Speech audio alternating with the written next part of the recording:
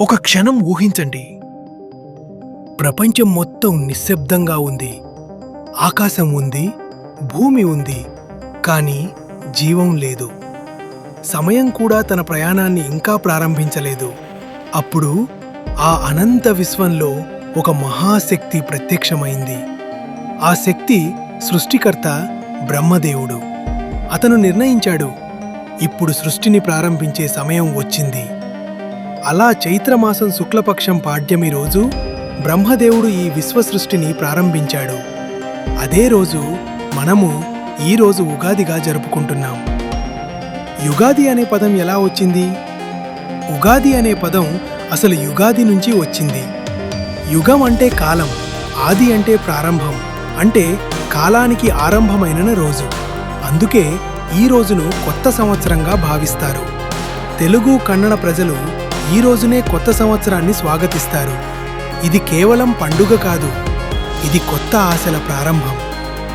ఉగాది రోజు ఉదయం గ్రామాలు, పట్టణాలు అన్నీ ఒక ప్రత్యేకమైన వాతావరణంలో ఉంటాయి. ఇళ్ల ముందు రంగవల్లులు, తలుపుల వద్ద మామిడి ఆకుల తోరణాలు, ప్రతి ఇంటిలో ఒక పండుగ వాతావరణం.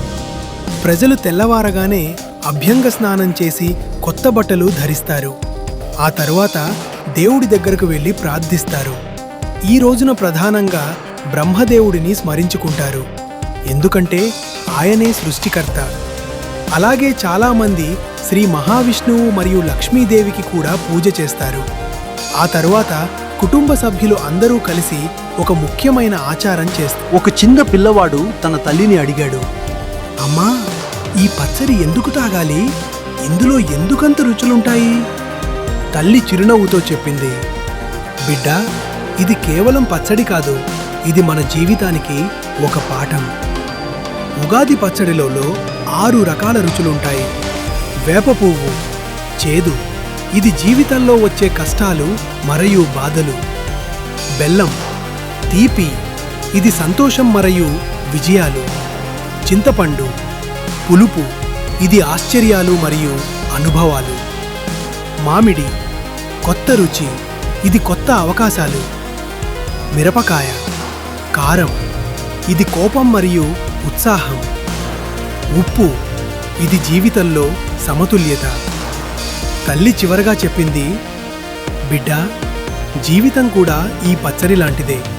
సంతోషం, బాధ, ఆశ్చర్యం, కోపం అన్నీ కలిసి ఉంటాయి.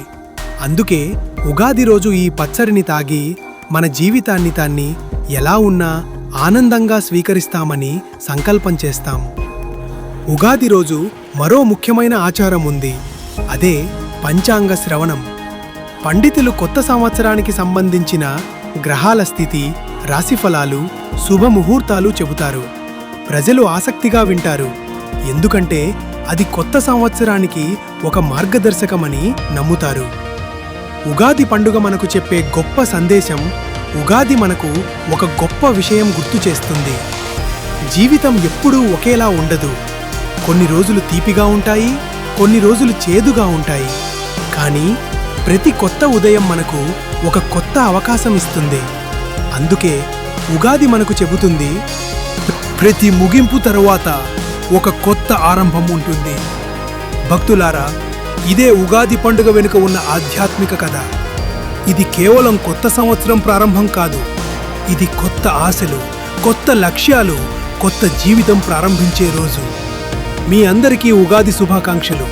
ఈ వీడియో మీకు నచ్చితే లైక్ చేయండి, షేర్ చేయండి, మా ఛానల్ను సబ్స్క్రైబ్ చేయండి.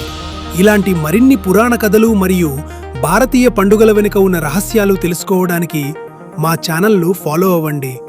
ధన్యవాదాలు. మళ్ళీ మరో ఆసక్తికరమైన కథతో కలుద్దాం.